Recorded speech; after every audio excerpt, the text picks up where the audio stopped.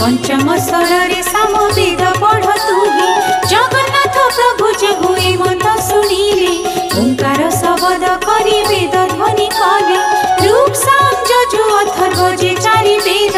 ब्रह्मांड पुरी उठिला गह गह नाद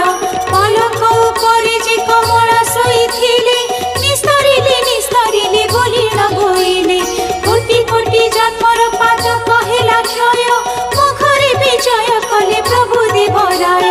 पचार पचार दासी पचारलो जाई कि समागुछन्ति से ब्राह्मण दुई भाई धाई जाई मधुसूली तांकु पचारिले कि मागुछ पंडा माने कह तुम्हे भले जगन्नाथ कहउछन्ति दासी मुख चाही मन गंडा एक तुम्हे पारि